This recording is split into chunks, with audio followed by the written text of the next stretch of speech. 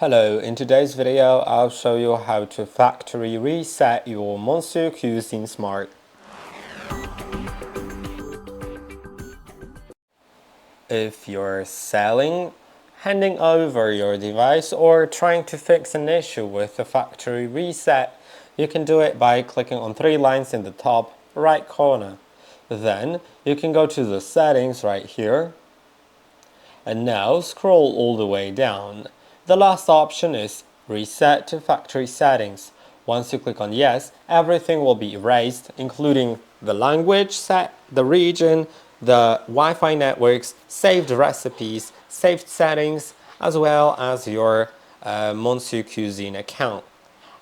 And in a moment it'll restart, so I'll just wait until then and you'll see the result. And the result is right here. The device is turning on and it asks me to select the language, which means it is in the setup.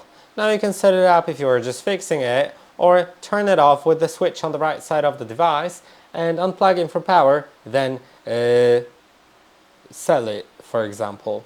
And I hope that this video was helpful. Don't forget to like and subscribe, and I'll see you in the next one.